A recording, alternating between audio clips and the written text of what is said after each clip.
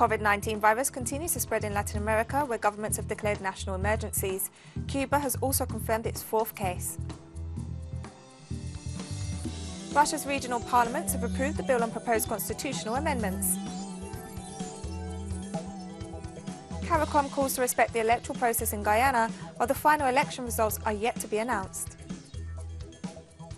From the headquarters of Telesur English in Havana, Cuba, this is From the South. I'm Katrina Goss.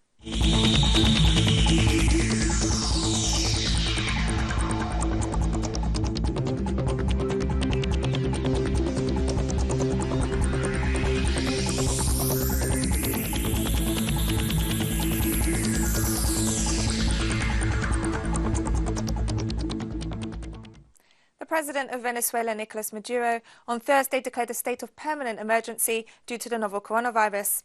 Likewise, a presidential commission has been established to deal with the COVID-19 virus and all health protocols in coordination with the World Health Organization. Up to now, no cases have been confirmed in Venezuela. Maduro demanded Donald Trump's government lift all economic sanctions against Venezuela in order to be able to properly combat the pandemic and access required medical supplies. The president also announced the suspension of flights from Europe and Colombia for a month as a preventative measure to control the spread of the virus. Maduro stressed that the economic blockade against the country increases the cost of coronavirus testing material as well as prevention and treatment strategies. He called on the Venezuelan people, organizations and social movements to work together to fight this global pandemic, while mass events and gatherings have also been suspended. And we are asking China, and we have requested officially and urgently that they send a group of experts that have been in the combat and control of this pandemic in China, so we can add all of the efforts we can and all of the knowledge. That is why we listen to the World Health Organization, and we're open to listen to all of the suggestions of all of the sectors, scientific of the country, and ask other countries to support our efforts. This is an effort on behalf of all of humanity. From Cuba, we have received 10,000 treatments that are of some of the most successful treatments for the recovery and to protect the life of patients with coronavirus. And following the recent crash in oil prices and global stock markets, the Venezuelan president noted that all efforts are being made to address the impact. We have already spoken with our allies at the OPEC. I am in permanent communication with OPEC and allies like Russia to have some initiatives in the upcoming days of dialogue, so we can get together with the OPEC countries and the non-OPEC countries and find solutions from the OPEC and OPEC Plus and for long-term and short-term conditions. It has been proven in the circumstances how important it is for health and the balance of the world finance to have agreements between Russia and other producers of oil. And the Argentinian government has declared a health emergency throughout the country in response to the novel coronavirus, while other Latin American countries have stepped up measures to curb the spread of the virus. The health emergency was declared for a period of 1 year after 10 new COVID-19 cases were confirmed, 3 of which are patients who were infected within Argentina, while the others contracted the virus abroad. The country now has 31 cases and has seen 1 death. Several countries have now announced restrictions on travel and the suspension of major sporting events. Argentina, Colombia and Peru said travellers from China, Italy, Spain and France would be isolated on arrival. Bolivia has asked people arriving from affected countries to place themselves in isolation for 2 weeks. Panama has closed schools until April 7th, while El Salvador is set to suspend university classes until the end of the month. Costa Rica has called off large-scale events, and Guatemala banned entry to people travelling from China and migrants from Honduras displaying signs of the COVID-19 virus. Paraguay has closed schools and suspended large public events for 2 weeks. A Cuban man has tested positive for the COVID-19 virus to become the 4th case on the Caribbean island. The patient is married to a woman who is a resident of Milan, Italy, and arrived in Cuba at the end of February. She remains asymptomatic but had incubated the virus. The individual has been admitted to the designated hospital for novel coronavirus patients. The 3 Italians previously identified as having been infected with the COVID-19 virus continue to be treated without any risk to their lives. And Guyana confirmed its first imported case of COVID-19 in Georgetown. The patient was identified as a 52-year-old Guyanese woman who had travelled from the United States and passed away at a local hospital. The Ministry of Public Health has designated 3 quarantine facilities. Others will be identified. The ministry also has developed the local capacity to test for COVID-19, thanks to training provided by the Pan American Health Organization. It is on that capacity that we relied for this test result. Global markets took another hammering on Thursday as alarm over the coronavirus intensified. Wall Street reported its second automatic 15-minute trading halt for the second time this week, marking its worst day since the Black Monday crash of 1987. The main global market saw drastic falls after the World Health Organization declared COVID-19 a pandemic, and also after the further suspension of flights from Europe to the US, as announced by Washington, in an effort to stop the spread of the virus. European markets fell 12% in one of their worst days ever, even after the European Central Bank pledged to buy more bonds and offer more help for the economy. And in Geneva, the UN Human Rights Council decided on Thursday to suspend its 43rd session at the end of this week due to the COVID-19 pandemic. The Human Rights Council kicked off its 43rd session on February 24th and had been scheduled to continue through to March 20th, but will wrap up its work, including a debate on racial discrimination, before closing on Friday. In late February, the Swiss government banned all events with more than 1,000 participants. Earlier this week, the World Trade Organization said it would suspend all meetings until March 20th after a staff member contracted the disease. And students were hurriedly evacuated from a Paris university after a teacher tested positive for the coronavirus. Some 10,000 students and staff attend the Sorbonne University's Torbaic faculty in the French capital. And the government of the Czech Republic declared a state of emergency in the face of the COVID-19 virus this Thursday. The country has so far reported 96 positive cases, while 13 labs are analysing another 143 samples. The country has banned entry for all foreigners from high-risk areas, with the exception of foreigners with temporary or permanent residence in the Czech Republic. Restrictions will also be imposed on the opening hours of restaurants, bars and large shopping centres, in addition to other public facilities, such as libraries and galleries and entertainment venues. With over 127,000 confirmed cases worldwide, the COVID-19 pandemic continues to spread across the globe. Mainland China reported 15 new infections, 8 of which in Hubei, while the outbreak has been stabilised thanks to the strict sanitary measures adopted. The death toll in Italy has jumped in the last 24 hours to 1,016, according to the Civil Protection Agency. Iran has reported 75 new deaths since Wednesday, bringing the death toll to 429 in the worst-hit country in the Middle East. South Korea has reported 67 deaths out of nearly 8,000 confirmed cases after testing more than 200,000 people. Norway reported its first death from the coronavirus on Thursday. Meanwhile, Turkish schools will be closed for 1 week and universities for 3 weeks from March 16th, and sports events will be held without spectators until the end of April, as the country steps up its response following the confirmation of its first case. And the Indian Ministry of External Affairs has called for calm after New Delhi suspended all tourist visas until April 15th and said it would quarantine travellers arriving from 7 virus-hit countries as it attempts to contain the spread of the COVID-19 virus.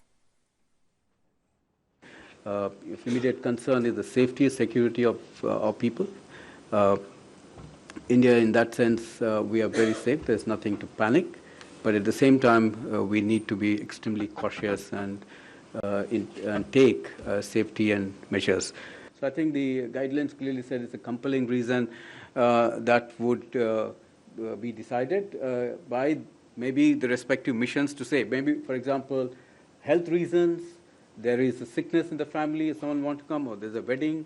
So that, I think, we would like to leave it to the missions to decide what that constitutes. And coming up after this break, Caricom representatives have called for respect for the electoral process in Guyana. Stay with us for more.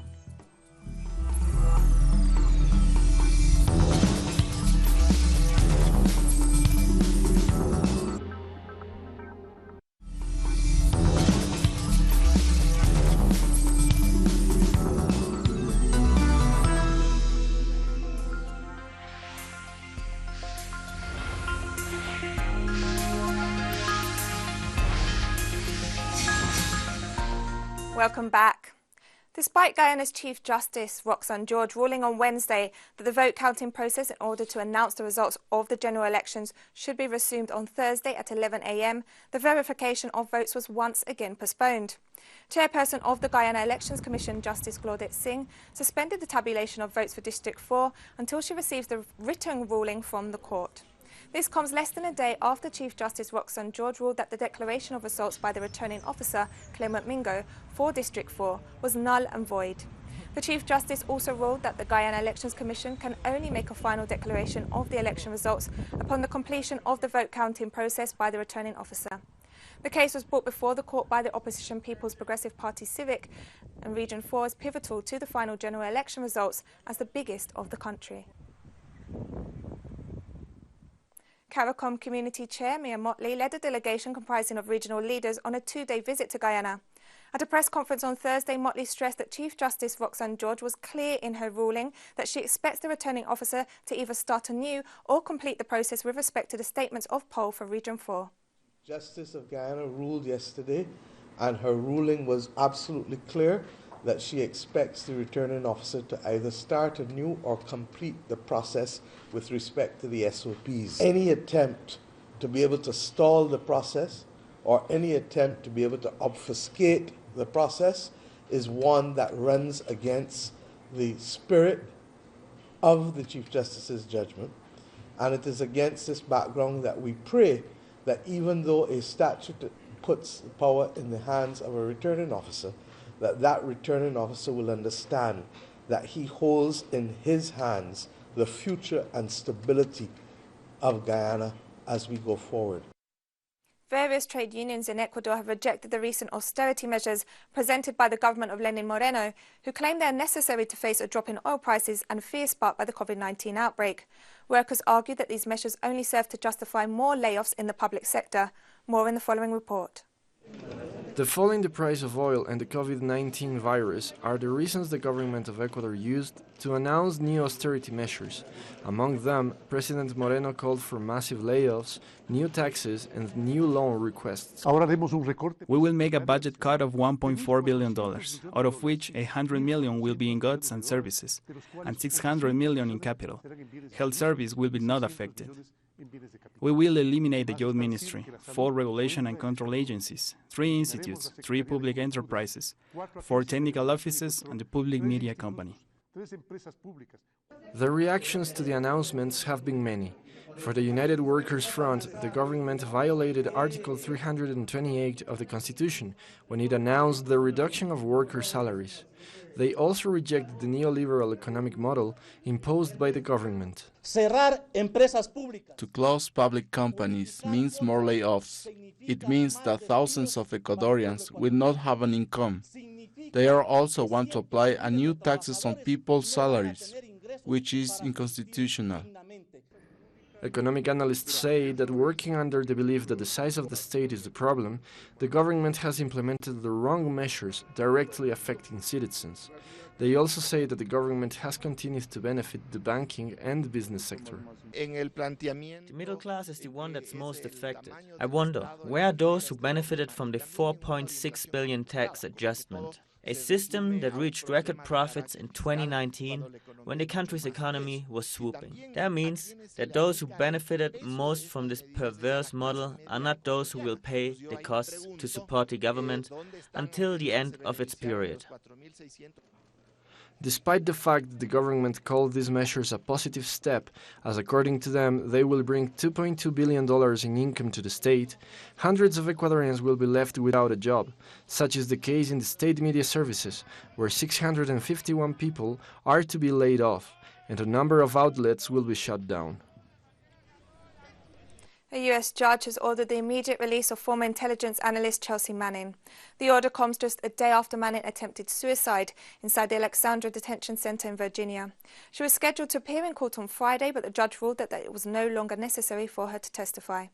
Manning was the US Army intelligence analyst who provided WikiLeaks with the Iraq and Afghanistan war logs in 2010, for which she was convicted under the Espionage Act. It doesn't frighten me or...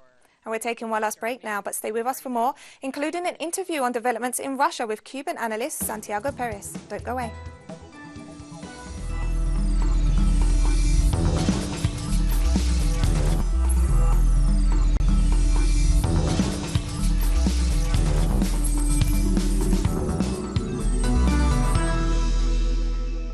Welcome back. Syria's Supreme Electoral Commission announced on Thursday that 8,735 people have applied to run in the parliamentary elections scheduled for April 13th. The process of submitting the documents to stand ran smoothly, according to Commission Chairman Haider Rama. The candidates will compete for 250 seats, including 127 to be filled by urban and rural workers. Currently, 2/3 of the deputies in Parliament represent the ruling Arab Socialist Bahaf Party, while the second largest parliamentary bloc with 7 seats is the Syrian Social Nationalist Party. Russia's regional parliaments have approved the bill and proposed constitutional amendments. We welcome Cuban analyst Santiago Perez to offer more details. Thank you for joining us, Santiago. There are some who have said that these changes are imposed by President Vladimir Putin. What's your take on this? Well, you know, the whole perception from the Western press is that Putin is an autocrat and that everything he does is just to keep himself in power without the consensus of the rest of the Russian elite and the Russian people.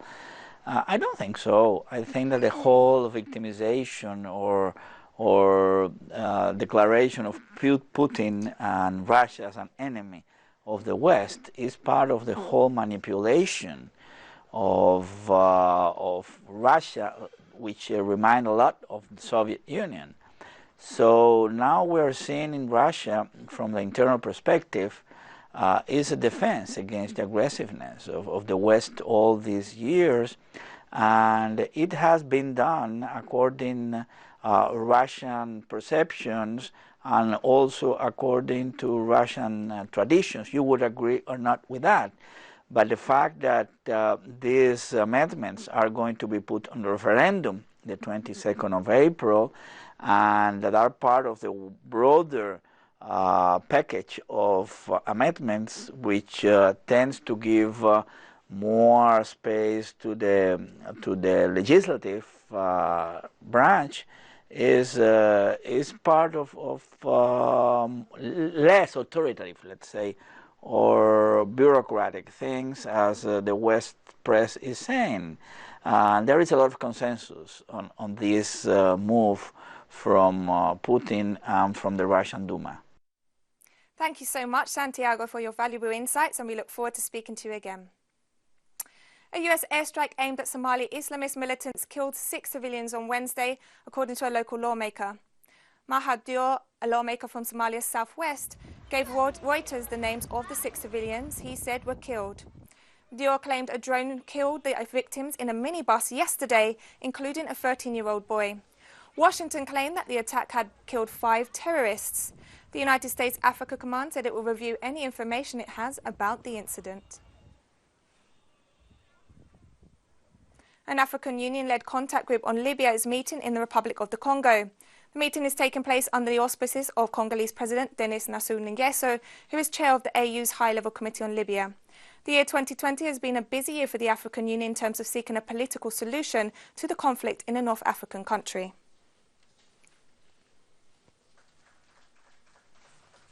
And Iran has asked the IMF for $5 billion in emergency funding to fight the novel coronavirus. The country's economy has been battered by US sanctions, and now the virus poses an additional threat.